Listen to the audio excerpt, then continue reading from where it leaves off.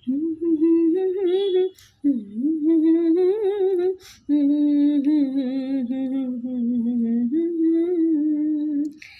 Friends, আজকে আমি তোমাদের জন্য একটা ছোট্ট টপিক নিয়ে এসেছি।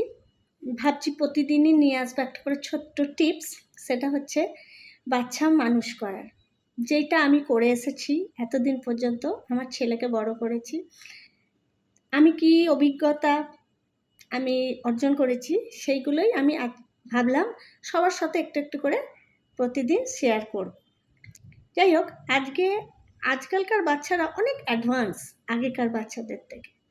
আমি খালি একটাই কথা বলবো প্রতিটি গার্জেনকে, যে বাচ্চারা কিন্তু ওটাই শেখে যেটা সে আশেপাশে দেখে।